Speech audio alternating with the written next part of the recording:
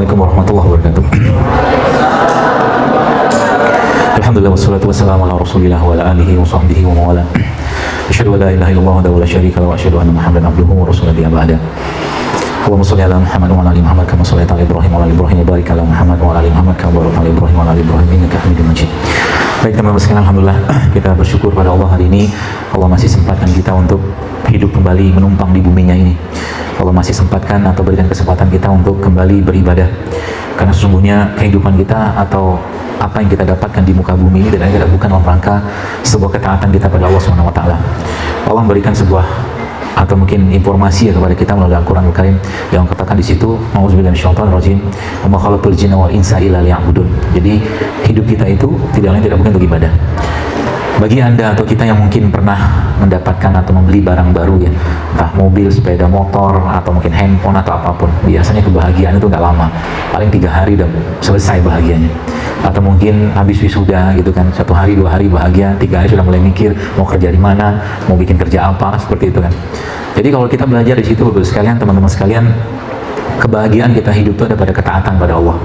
Kebahagiaan kita hidup ada pada ketaatan. Maka semakin taat seseorang pada Allah, pasti semakin bahagia hidupnya. Ada orang yang rumahnya luas, rumahnya besar, tapi nggak bahagia-bahagia ya. Tapi ada orang yang bahkan rumahnya sempit ya, anaknya banyak, tapi ya happy gitu setiap hari. Kenapa? Ada keterikatan dia dengan Allah Subhanahu wa taala. Ibnu Qayyim Al-Jauziyah mengatakan sebuah riwayat, barang siapa yang tak mampu merasakan surga dunia, dia tidak akan mampu merasakan surga akhirat ya. Surga dunia itu apa? Ya mungkin boleh dikatakan ya kebahagiaan dalam ibadah.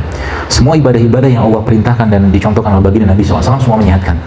Kalau dikerjakan dengan baik dan benar pasti bikin bahagia. Jadi kalau ada orang sholatnya nggak tenang, ngajinya nggak tenang, apanya nggak tenang, maka mungkin bisa jadi tidak melakukan itu dengan hatinya, tidak melakukan dengan imannya, seperti itu. Maka kita berdoa pada Allah SWT supaya akhir, atau mungkin kalau Anda kan masih muda-muda nih ya, jadi hidup kita ini betul-betul dijadikan sebagai sarana kita untuk mengabdi pada Allah Subhanahu wa taala. Sehingga tiap hari itu berpikir apa? Berpikir bagaimana kita bisa melakukan kebaikan-kebaikan ya. Setiap hari itu pikirannya itu. Karena kebaikan itu bikin kebahagiaan. Ya. Bahkan sering saya sampaikan di kajian-kajian saya bahwa semua syariat yang Allah perintahkan dalam Al-Qur'an atau dicontohkan oleh baginda Nabi SAW semuanya bikin sehat. Ya, yang bikin sehat apa sih? Yang bikin sehat ya syariat tadi, mulai dari syahadatnya, zakat, puasa, segala macam itu bikin sehat semua. Tapi kita tidak melakukannya untuk sehat. Kita melakukannya karena kewajiban, karena ketaatan kepada Allah Subhanahu wa taala. Contoh mungkin ambil contoh mungkin zakat atau sedekah misalkan ya. Waktu kita memberi uang kepada orang lain, ini by the way saya pikirin talk show. Talk show itu ada moderator, ada pembicara. Ternyata saya dibiarkan ngomong sendiri di depan. Ya, nggak tanggung jawab nih moderator. Nah, jadi Bapak sekalian, bukannya Bapak Ibu, adik-adik kalian. Jadi waktu kita memberikan uang kepada orang lain, apa sih yang kita berikan? Uang kan, materi kan. Tapi Anda memberikan itu sebenarnya ada titipan perasaan di situ. Ya, ada titipan perasaan kita kepada orang tadi ketika kita memberikan sedekah tadi kan gitu. Semakin besar perasaan tadi, biasanya semakin besar juga nilainya. Jadi ketika ada orang mau memberikan uang misalkan 5.000, ya nilai perasaan dia itu 5.000 itu aja kalau menurut saya sih. Tapi ketika ada orang mau kasih 500.000 misalkan, dia punya perasaan cinta, kasih sayang, peduli yang sangat besar, yang akhirnya dia mengeluarkan uang 500.000 itu. Buktinya gimana? Coba teman-teman adik-adik sekalian, sedekahlah mungkin 5.000 misalkan gitu kan, kasih ke orang, lalu lihat responnya orang itu seperti apa. Biasanya respon apa? Ya biasa aja lah, terima kasih, hatur nuhun, gitu-gitu aja kan. Coba kasihnya lebih gede, kira-kira gimana?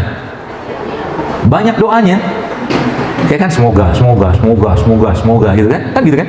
Artinya apa? Anda melimpahkan perasaan lebih besar kepada orang tadi untuk mendapatkan perasaan dari Anda gitu. Maka sedekah itu adalah bentuk cinta kepada orang, padahal sesungguhnya itu salah satu contohnya.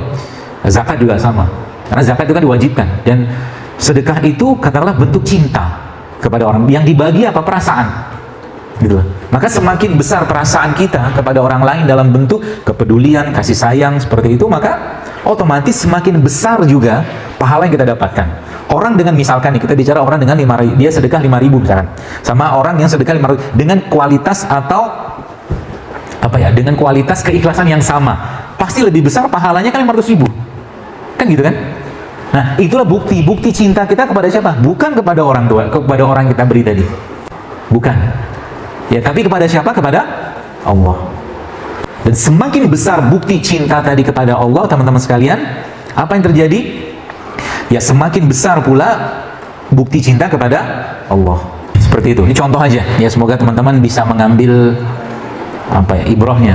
Ya, tadi dalam perjalanan ke sini tuh pas saya pulang mampir di sebuah kedai makanan gitu kan. Di daerah mana enggak tahu, lupa tadi itu. Ada ibu-ibu. Ya, ada ibu-ibu menunggu saya. Dia ngeliatin saya. Dia ngeliatin saya. Kemudian dia bawa jualannya kayak kerupuk-kerupuk gitu-gitulah. Yang bukan makanan saya juga. Kerupuk tadi bukan makanan saya. Ya. Dokter nggak makan kerupuk? Ya, kadang-kadang ada, cuma jarang makan kerupuk. Banyakan makan begini-beginian lah. Dia tunggu saya dengan mukanya harap gitu kan, pengen jualan dibeli kan, seperti itulah. Itu cukup tua ibunya. Apa yang saya kerjakan? Nah, gini teman-teman, ini cara ya. Kalau Anda lagi bete, lagi baper, lagi gak enak hati, coba buang perasaan tadi dengan Anda merilis cinta. Anda melepaskan kasih sayang kepada orang lain gitu kan, memberi bukan melepaskan, memberi. Ya, ibu tadi saya beli kerupuknya, satu saya beli. Jualan dia cukup banyak, dia bawa dengan berat gitu kan di pinggir di trotoar gitu kan, tempat orang jalan itu, dan dia ngeliat saya gitu kan, perhatiin terus gitu kan. Mungkin dia pikir saya mau beli kerupuknya gitu kan. Kalau dia beli yang lebih, dia jualan lebih bagus, mungkin kayak ya ubi rebus, singkong rebus, mungkin saya lebih bahagia belinya. Tapi judulnya bukan itu poinnya. Akhirnya saya belilah kerupuk dia tadi, satu saya beli. Saya ambil satu dan niat saya memang bukan mau beli sebenarnya, ya mau kasih dia. Kerupuk tadi saya beli berapa? 300.000 saya kasih uang ke dia. Satu kerupuk. Mukanya, Masya Allah, kayak nggak percaya. Kayak nggak percaya. Ya. Terus dia sampai banyak betul doanya buat saya. Coba saya beli satu, katakanlah kerupuk itu harganya 15.000, 10.000 gitu kan, paling doanya catur nuhun, makasih gitu doang kan. Seperti itu teman-teman sekalian. Itu sebabnya dalam Islam kunci kesehatan itu ya bukanlah dari fisik, tapi dari apa? Dari qalbu dulu. Nabi mengatakan dalam sebuah hadis, ala wa inna fil jasad mudghah, kata Nabi, iza sholahat sholat jasad kulluhu wa iza fasadat fasada jasad kulluhu. Dalam tubuh kita itu ada pengendalinya, pengaturnya. Yang ngatur itu kalau dia baik, maka baiklah semua, dia rusak semua. Yang kita kenal dengan qalbu atau hati. Gitu. Dia pengendalinya. Nah, jadi teman-teman di sini yang Anda masak, sebelah mungkin yang suka masak di sini kan. Kalau dulu saya masih mahasiswa suka masak. Ya. Jadi masak itu kalau Anda misalkan aja kita masak sup, Anda masak sup. Sup itu bumbunya misalkan ada jahenya, ada cengkehnya, ada kayu, misalkan gitu kan. Buatlah sup tadi, takarannya dalam keadaan yang sesuai dengan resep yang Anda pakai. Misalkan sekian gram. Ya. Tapi pertanyaan saya atau mungkin lanjutan, coba bikin sup tadi dalam keadaan Anda lagi marah, baper, nggak enak hati, kira-kira ada rasanya nggak? Nggak ada. Hambar mungkin. Nggak bisa menerima badan itu. Ya, jadi dia pengendalinya. Dan inilah yang terjadi pada zaman sekarang. Jadi kenapa kalau boleh saya bilang wanita itu kan penyakitnya kebanyakan berhubungan dengan perasaan. Contoh, tahu PCO kan? PCO itu Polycystic Ovary Syndrome. Mungkin kalian yang belum nikah belum tahu. Itu tuh penyakit di mana sel telur pada wanita tadi mengalami dia nggak matang gitu lah. Sel telurnya nggak matang. Jadi sperma ketika ketemu yang nggak matang, gimana mau berbuah gitu loh. Pertanyaannya, nggak matangnya kenapa? Salah satunya karena stres. Banyak pikiran. Ya, jadi kalau orang PCO itu, ya nanti mudah-mudahan Anda jangan lah. Saya berharap terutama yang ahwat-ahwat di sini coba dijaga makanannya. Kenapa? Salah satu indikator, saya pribadi memahaminya, salah satu indikator bermasalahnya kesehatan generasi ini sekarang adalah tingkat atau usia menstruasi pertama kali wanita-wanita yang sudah berubah zaman sekarang. Betul? Zaman dulu menstruasi itu, menarki kita bilang itu kan usia rata-rata 15 loh. SMP kelas 1 atau kelas 2. Betul? Zaman sekarang SD kelas 3 sudah ada mens. Ada. Kelas 4 sudah ada mens. Itu indikator tingkat kematangan. Akhirnya apa? Nanti teman-teman sekalian, balik-baliknya salah satunya adalah ke penyakit reproduksi. Maka tidak heran zaman sekarang yang dimakan nggak sehat, yang ditonton nggak sehat, bergaul sama nggak sehat orangnya. Contoh gitu ya. Akhirnya apa? Menstruasinya bermasalah. Kalau sudah menstruasi bermasalah, sering saya sampaikan di awal-awal banyak kajian saya, itu gerbang pertama kalinya muncul penyakit. Rahimnya tidak sehat, gennya tidak sehat, yang suami juga punya gen yang tidak sehat. Kenapa? Tiap hari bakso, mie ayam, cilok, cireng, seblak. Ya, betul. Sekarang saya tanya teman-teman, ini pertanyaan sederhana, apakah Anda tiap hari makan jeroan? Enggak kan? Tiap hari nggak makan jeroan. Tapi pertanyaannya, apakah tiap hari Anda makan gula pasir? Hampir sebagian besar. Dan produk turunannya, atau bukan gula pasir, apakah tiap hari Anda makan gula? Dalam bentuknya. Contoh begini, tepung itu gula, nasi itu gula, gula pasir itu gula. Coba kita cek aja sekarang. Ya, kita bukan untuk bongkar-bongkar aib. Coba saya tanya, siapa di sini yang hari ini badannya sudah kemasukan produk 3 tadi, nasi putih, tepung sama gula pasir? Coba angkat tangan. Nggak salah sih, cuma saya jelasin dulu supaya nanti teman-teman nih nggak usah dosa angkat tangan, tinggal jawab dengan pertanyaan sederhana begini. Banyakkah dari Anda di sini yang mengalami masalah menstruasi? Banyak? Masalah menstruasi ada 3. Waktunya yang, ini kayaknya kejadian, waktunya yang memanjang, jumlahnya yang berlebihan, nyerinya yang terlalu banyak, terlalu besar. Itu masalah menstruasi 3 itu. Maka tidak heran kalau bagi Anda, ya ketika nanti ketemu dengan suami, katakanlah sudah nikah, biasanya masalah tadi terungkap semua tuh. Ya, itu sebabnya kalau ada, biasanya ada akhwat, ada muslimah tanya ke saya, dokter, apa saran dokter untuk kista, untuk tumor? Biasa pertanyaan saya tanya dulu, sebelum kena ini, saya bilang gitu kan, apakah menstruasi Anda bermasalah? Jawabannya iya. Jadi menstruasi itu gerbang awalnya. Mens Anda nggak boleh sakit, mens Anda nggak boleh berlebihan jumlahnya, mens Anda tidak boleh memanjang waktunya, nggak boleh. Kalau itu sudah bermasalah, maka cari sebabnya apa. Ya gitu teman-teman ya. Nanti kita akan bahas bagaimana memperbaikinya. Dan ingat, generasi ke depan itu akan bergantung, ya, akan bergantung dari apa? Dari rahim Anda sekarang, dari sel telurnya, dari spermanya, gitu loh. Nah, jadi bagaimana Islam mengajarkan? Insya Allah kan gampang sekali, asal mau aja.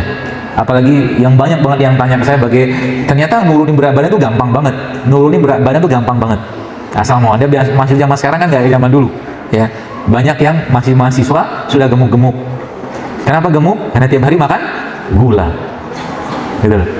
Olahraganya jarang, puasanya jarang, sayurnya jarang, buahnya jarang, air putihnya jarang. Wah, salam. Ya, seperti itu.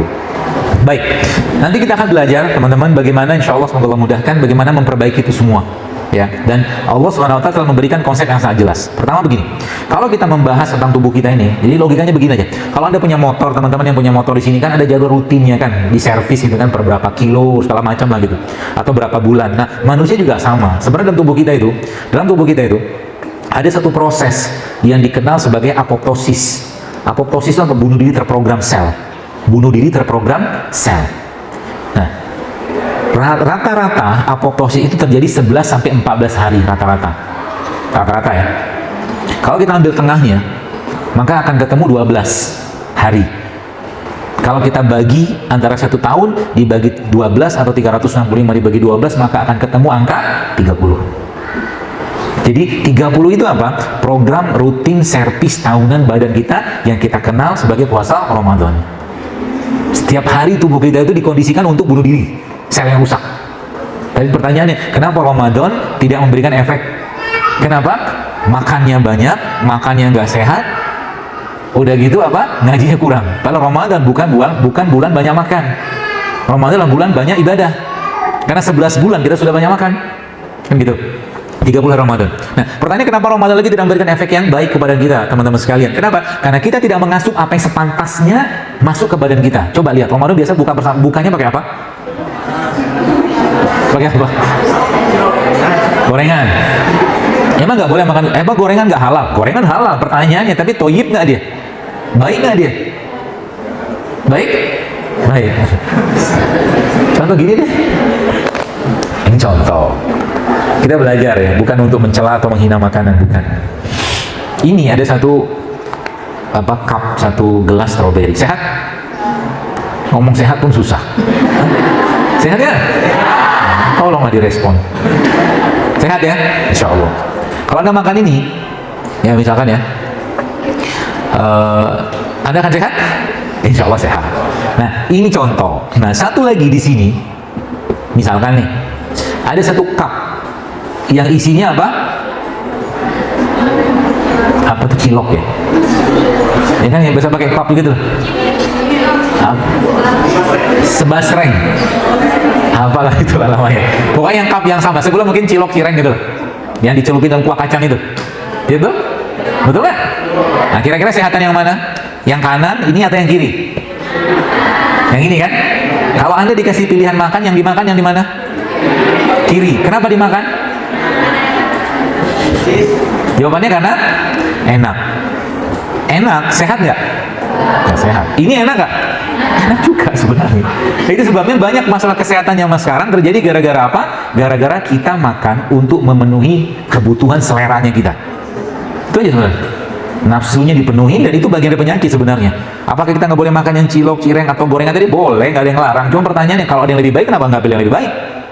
Apalagi kayak sekarang, ada pernah tanya ke saya, dokter bagaimana caranya saya mahasiswa nih bisa hidup sehat ala-ala JXR-an gitu kan? Saya bilang, gampang banget kalau mahasiswa, puasa aja terus.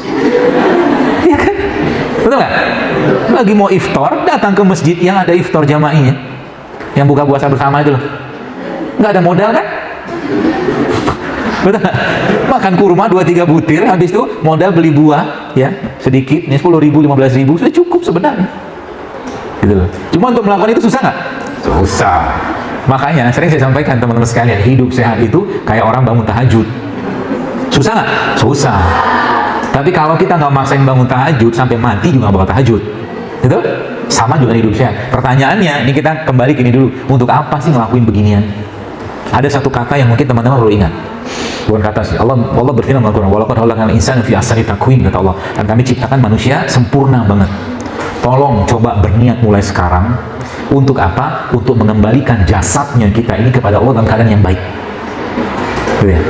Kembalikan jasad yang Allah berikan kepada, titipkan kepada kita, ada ruhnya di sini ya, kepada Allah dalam keadaan, bukan mengembalikan jasad ini dalam keadaan yang penuh dengan penyakit. Coba pikir baik-baik. Artinya apa? Penyakit yang muncul itu sebagian besar karena apa? Karena manusia makannya karena kepentingan lidahnya. Itu aja sebenarnya. Padahal Al-Quran sudah Allah jelas, sudah Allah kasih teguran, ya. Kata Allah apa? Kok jadi lupa? Dalam surat Abasa, "Falyanzuril insana ila ta'ami." Tapi kenapa yang kalian makan, kata Allah kan gitu kan? "Falyanzuril insana ila ta'ami." Perhatikan apa yang kalian makan. Anna sob, suruh mikir, anna sobabna ma'asobba, kata Allah. Kami turunkan air dari langit segala macam lah. Seperti itu. Jadi kalau Anda mau makan, coba pikir baik-baik. Yang saya makan ini kira-kira bikin masalah atau tidak ke badan saya? Bikin sehat atau tidak? Sebab apa? Kalau dibiarkan terus-menerus, Bapak sekalian, teman-teman sekalian, terjadi apa? Akan terlukai nanti fitrahnya. Fitrahnya terlukai. Manusia itu sejatinya hanya makan yang baik-baik, hanya makan yang sehat-sehat saja, hanya makan yang halal saja. Baik, saya kasih contoh begini. Kemarin ada kru TV cerita ke saya. Jadi mereka ada acara ruqyah, gitu kan? Lalu akhirnya diruqyahlah pasien tersebut, dan subhanallah, apa yang terjadi? Yang terjadi itu pasiennya tenang gitu kan. Setelah diruqyah, sepertinya si ustadznya itu mungkin lihat kajian saya juga mungkin.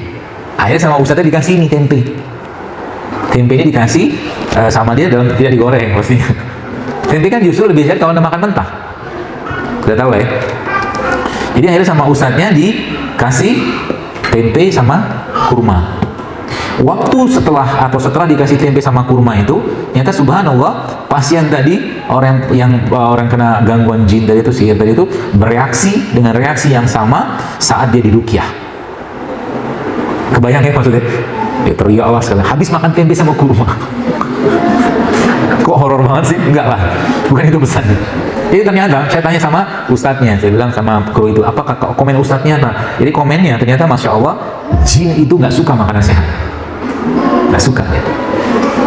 Berarti kalau saya makannya nggak sehat, berarti saya kena jin? Bukan itu. Tapi lebih ya nggak kuat kita menjaga. Maksudnya kita nggak bisa menahan hawa nafsu. Sekarang begini, logikanya aja nih. Karena manusia dibekali Allah dengan nafsu. Teman-teman sekalian, saya, Anda, kalau sekarang diberi pilihan makan sama tidak makan, pilih mana? Saya akan pilih makan. Karena ada nafsu kan? Malaikat aja nggak makan, karena nggak ada nafsu. Nah, supaya manusia tidak terus-menerus makan, maka Allah perintahkan tidak makan. Namanya puasa Ramadan kan? Supaya dapat bonusnya bertambah lagi, akhirnya Allah memberikan lagi syariat melalui bagi Nabi SAW, yaitu setelah Ramadan ada 6 hari Syawal. Setelah 6 hari Syawal ada lagi puasa Senin Kamis. Setelah puasa Senin Kamis ada lagi puasa Ayyamul Bid. Setelah Ayyamul Bid ada lagi puasa sunnah. Lihat urutan itu. Fungsinya untuk apa? Untuk menjaga iman. Ada hubungan apa dengan makanan? Karena beberapa ulama menyebutkan bahwa ada 2 penyebab lemahnya iman. Yang pertama apa? Banyak makan. Lemah.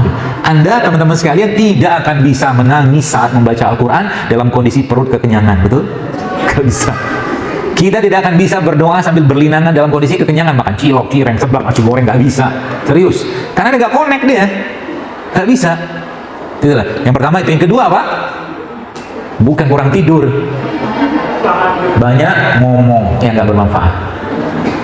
Jadi kalau Anda ketemu dengan teman yang banyak ngomong gak bermanfaat, tinggal dilanjut. Beli jilbab di mana? Kamu beli jilbab Pasar Baru. Karena kita selesai. Tanyakan itu doang kan? Cukup itu jawabannya. Karena beli di Pasar Baru. Dia nggak tanya dengan siapa, jam berapa, kapan. Kan nggak tanya. Nggak usah lebih-lebih kan? Cara kita untuk menjaga. Jadi kata Nabi apa? Bicaralah yang penting. Kalau nggak penting, diam. Kata Nabi kan gitu kan? Itu sebabnya salah satu cara kalau teman-teman baca di waktu Nabi Zakaria mau diberikan atau dianugerahin anak oleh Allah SWT, salah satu tandanya apa? Dia tidak bisa bicara kecuali berzikir selama 3 hari. Ya, saya sampaikan bagi orang yang mau promil itu program hamil, salah satu caranya apa? Usah banyak ngomong, zikir aja terus. Dan iman dalam Al-Quran juga sama. Allah katakan dalam surat Nuh, Allah bilang apa? Berbanyaklah berzikir. Istighfarmu itu akan memperbanyak anakmu, kata Allah. Istighfarmu itu akan memperluas kebunmu, memperbanyak harta. Itulah. Itu solusinya spiritual. Maka dalam Islam, ketika teman-teman ya ada penyakit, ada masalah segala macam, jangan cari yang lain dulu, cari Allah dulu. Kecuali emergensi, mungkin ada perdarahan, patah tulang, itu lain cerita. Tapi kalau ada apapun yang sifatnya kita butuh solusi, Nabi SAW ajarkan apa? Berwudu 2 rakaat, berwudu, habis berwudu sholat sunnah 2 rakaat. Itu minta petunjuk sama Allah. Itu solusinya. Ya, jadi berarti kita mulai sekarang nih makannya harus mikir, iya. Makan harus mikir. Saya kemarin subhanallah dapat sebuah ceritanya lagi belum selesai yang ini tadi. Mau ingat. Jadi ceritanya si Ustadz tadi itu, saya tanya lagi ke beberapa teman-teman peruqyah. Apa memang jin tuh nggak suka dengan makanan? Nggak suka, termasuk nggak suka dia dengan rimpang-rimpangan. Ada 2 rimpang yang jin nggak suka banget, brotowali sama temulawak. Nggak suka banget ya. Ya, bahkan beberapa teman-teman itu cerita, teman-teman peruqyah, kebetulan saya nggak meruqyah ya. Jadi teman-teman itu cerita, ada beberapa orang-orang yang ketika diberikan habatus sauda oleh orang yang baik, ya orang yang soleh, teman-teman sekalian, itu ternyata langsung bereaksi. Itu nggak heran, yang malu saya katakan Imam Ahmad bin Hanbal, ya, itu pernah suatu diminta tolong oleh orang untuk meruqyah. Ada orang kena gangguan sihir jin seperti itu, dia diminta tolong. Bapak Ibu, teman-teman tahu nggak apa yang dikerjakan? Apa datang ke tempat orang itu? Enggak. Dia bilang apa? Bawa sandalku ini, dia bilang. Pukulkan ke badan dia, jin akan pergi. Modal sandal doang. Gitu loh. Imannya orang lu kayak begitu. Ya baik. Nah, begini. Ceritanya kembali ke cerita Ustaz tadi. Dia bilang gini, teman sekalian. Dia bilang gini, Masya Allah, dia bilang, saya berapa kali saya Ustaz, cobalah dikendalikan makannya, saya bilang. Kurangi makannya, bla bla bla segala macam. Nikmat dari Allah. Ini kan macam-macam lah hujah-hujah beliau kan. Tiba-tiba kemarin adalah suatu hari itu saya dapatkan hasil labnya. Dan hasil labnya memang mencengangkan sekali. Kenapa mencengangkan? Karena boleh dikatakan ya menurut saya sudah positif diabetes gitu loh. Kenapa diabetes? Ya salah satunya karena terlalu banyak nasi putih kan, gula tuh. Ya seperti itu. Maka saya cuma berpesan, hanya bisa berpesan, yuk jaga. Ya makannya jaga, mikir kalau mau makan. Kalau misalkan ada dikasih tempe kayak begini, tempe ini kan sebenarnya tempe nggak mentah sih, sudah matang kedelainya kok. Udah pernah nyobain tempe dimakan sama madu? Sudah pisau nggak? Saya mau kasih tunjuknya biar Anda jadi mahasiswa, bukan saya jadi pemuda rimpang. Jadi tempe seperti ini ya, sebenarnya enak-enak aja sih kalau kita makannya ditambahkan dengan tempe. Ini isinya apa? Oh bukan, isinya apa? Jamur. Isinya kan bakteri kan? Iya kan? Yang kita kenal dengan apa tuh? Probiotik itu. Iya kan? Jadi makanan probiotik itu adalah makanan yang mengandung bakteri, ya, seperti itu. Ini saya contohin.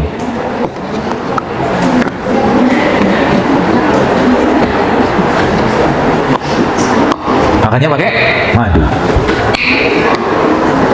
Belum dibuka lagi madu. Masih ada itunya.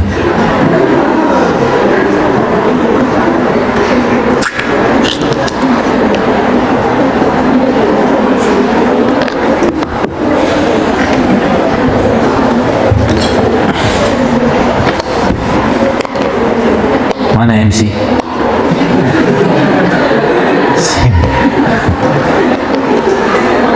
Mau disuapin atau makan sendiri? Cobain, nanti makan, cobain. Apa?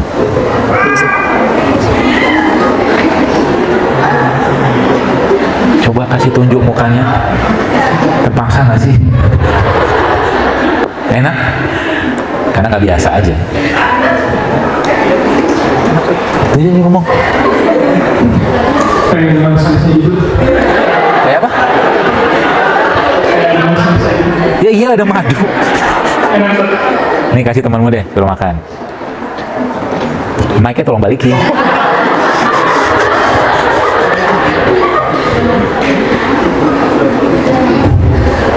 Simple tapi bermakna. Baik, saya cerita dulu sedikit ya ilmunya ya. Apa isi dari madu? Kalau tempe kan isi tadi probiotik kan, biotik. Dia bakteri baik gitu kan. Nah, bakteri baik itu makanannya namanya prebiotik. Jadi bakteri baik makanannya prebiotik. Jadi probiotik itu makanannya prebiotik. Jelas ya? Tempe ini kan probiotik. Ya. Ketika teman-teman katakanlah kasih dia madu sebagai prebiotiknya, maka bakteri dalam tempe tadi akan berkembang biak. Kalau dia berkembang biak ketika masuk ke pencernaan kita, maka dia akan perbaiki isi ususnya. Ya, seperti itu ya gampangannya. Atau juga mungkin teman-teman bisa pakai ini. Sumber prebiotik yang paling baik. Jadi saya bukan cuma sih, saya pengen pesan kepada Anda, mari jadi pemuda atau akhwat atau ikhwan rimpang, rempah dan kurma. Ya, jadi tiap hari itu Anda mengkonsumsi makanan-makanan sehat gitu. Sebab apa? Kita bicara generasi mana MC? Sini MC. Antum makan ini. Sandwich tempe. Mukanya kasih lihat terus. Kasih lihat mukanya. Langsung makan semua punya. Pelan-pelan punya. Hayati.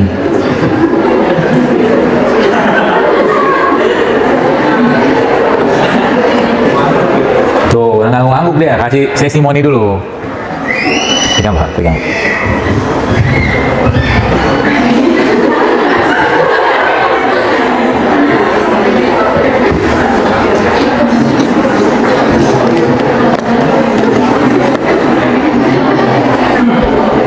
Minum nih, minum.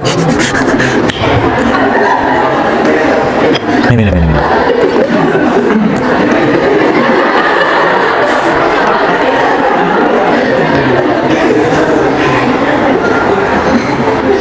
Kita dengerin dia ngomong apa nih.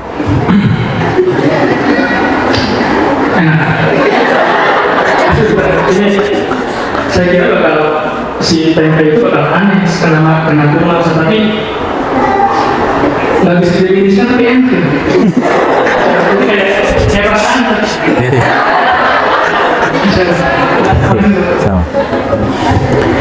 Ya baik, alhamdulillah berhasil juga ngerjain MC. Ya sekarang jadi tempe ini setahu saya jenis bakterinya bukan bakteri yang kuat tahan panas semata. Nanti itu tanya ahlinya. Ya. Jadi kalau kita makan tempe goreng itu sebenarnya sudah banyak yang berkurang. Maka mungkin feeling saya sudah habis tuh bakteri mati. Sedangkan ini kan probiotik gitu kan, bakteri kan, gitu. Jadi semakin banyak probiotiknya, semakin banyak prebiotiknya yang masuk ke badan kita, nih saya kasih solusinya. Maka semakin sehat banget. Itu sebabnya dalam hari-hari teman-teman sekalian, saya pesan aja 4 hal ini yang Anda coba masukin dalam list makanan. Ya. Yang pertama apa? Madu. Ya. Madu yang bagus, madu yang asli itu mana? Jawaban saya madu yang jelas sanadnya, madu yang jelas perawinya, madu yang jelas makannya. Yang belajar hadis paham. Yang nggak paham dia masih. Madu jelas sanadnya, ngambil dari mana, rawinya siapa yang mengambilnya, matannya bagaimana kandungannya itu loh. Ya. Yang pertama madu, yang kedua apa? Jangan lepas ini kurma. Ya, tidak hanya Ramadan, daripada Anda beli gorengan tiap hari, lebih Anda makan kurma. Jelas jauh lebih berkualitas. Ya, jadi seperti itu. Yang ketiga apa? Yang ketiga ya, rempah. Apapun bentuknya. Ya, rempah itu contohnya apa sih?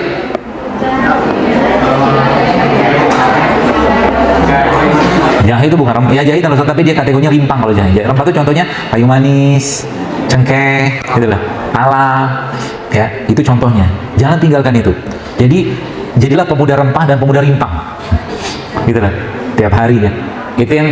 Jadi misalkan teman-teman mau bikin minum teh, kan? Teh itu sehat nggak? Kalau tehnya, jujur kalau tehnya saset sebenarnya nggak sehat. Ya, tapi kalau tetap Anda pengen minum teh sasetan, coba dimasukin rempah di situ.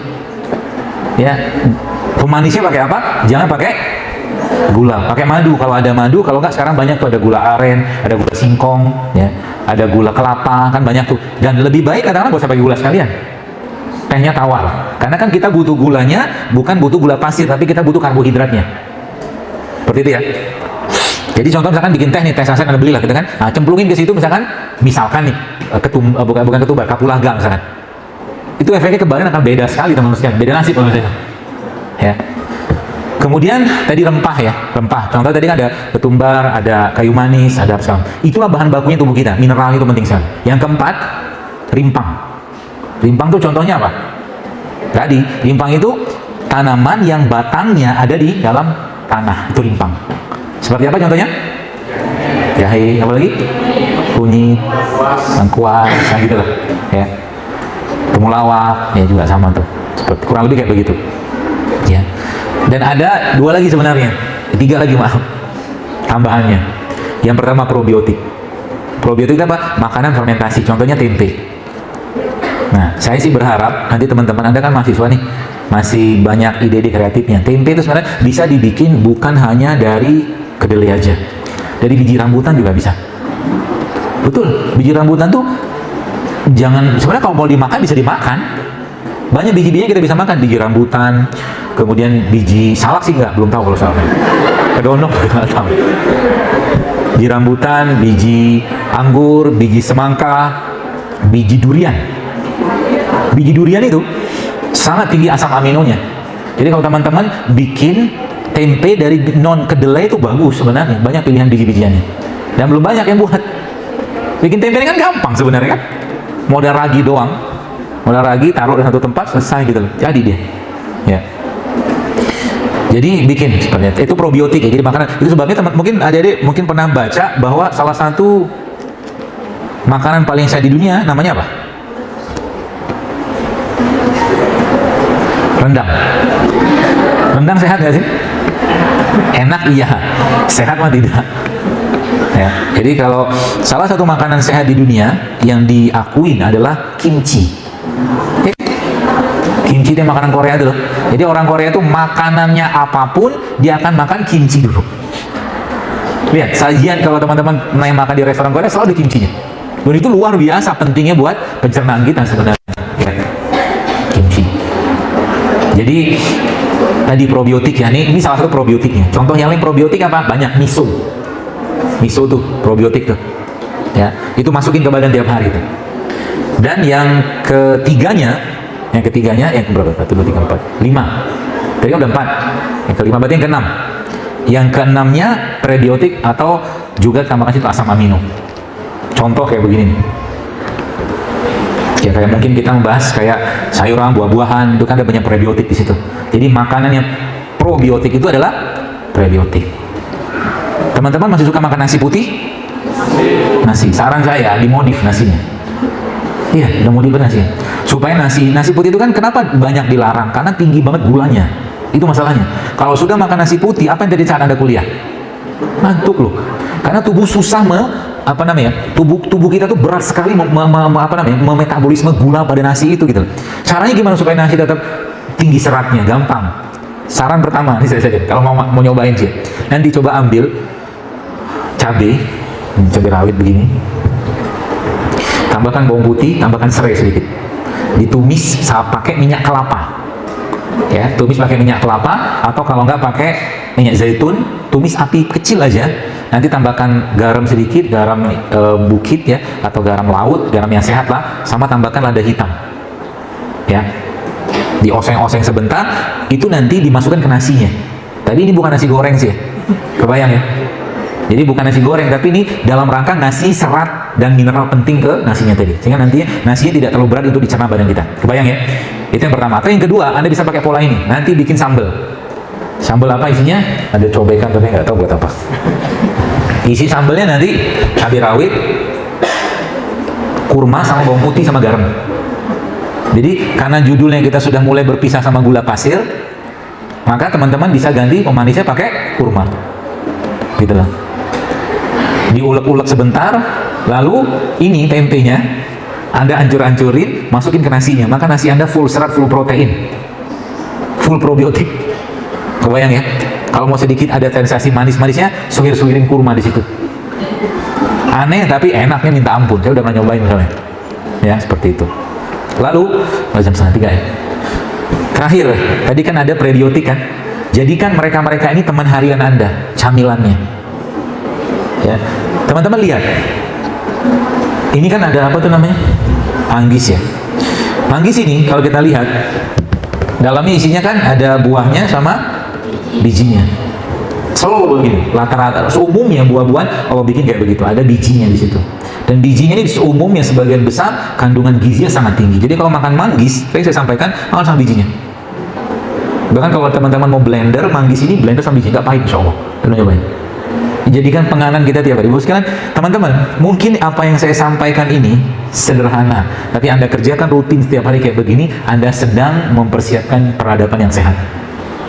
Beneran.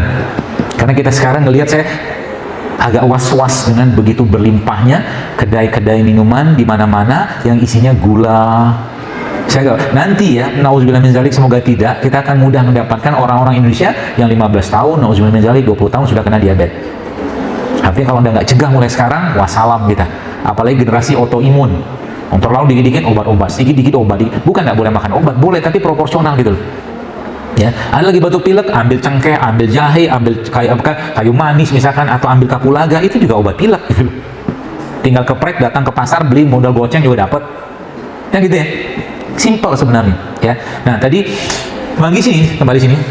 Maka dia isinya tadi apa? Isinya kan dari mulai kulit luarnya ini, ya, bermanfaat, sampai kulit dalamnya, termasuk sampai ke bagian putihnya dan bijinya.